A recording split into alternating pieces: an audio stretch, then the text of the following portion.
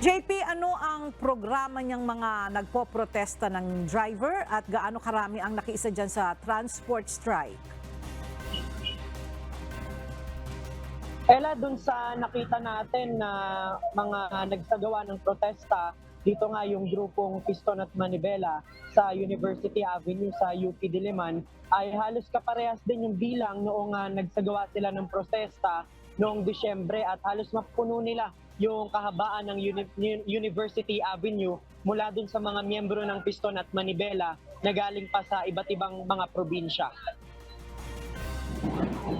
Muli ngang nagsagawa ng protesta ngayong araw ang grupong Piston at Manibela upang ipahayag yung kanilang patuloy na pagtutol sa Public Utility Vehicle Modernization Program o PUVMP. Ayon sa mga transport group, kabilang sa nakilahok sa protesta ang mga miyembro nila mula sa Cavite, Laguna, Rizal, Quezon, Bulacan at Pampanga. Mula sa Lacson Avenue, magmamarcha ang grupo at magsasagawa ng caravan patungong Mendiola.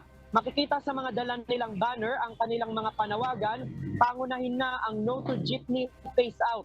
Ibalik ang 5 taon na bisa ng prangkisa, no to consolidation at direktang pagtuligsa sa mga nangunguna sa Land Transportation Franchising and Regulatory Board o LTFRB at Department of Transportation o DOTR.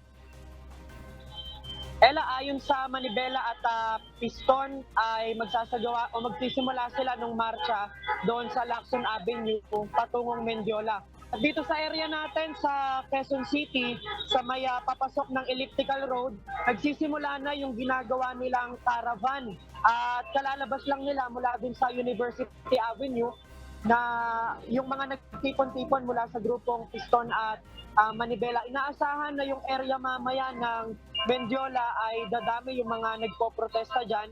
Kaya ang abiso sa mga motorista kung merong ibang alternatibong madaraanan ay piliin na lang yung mga alternatibong ruta upang hindi maipit sa mga magpo-protesta mamaya sa Mendiola. Yan muna ang ating latest live mula dito sa Quezon City. Balik sa'yo, Ella. Maraming salamat, JP Nunez.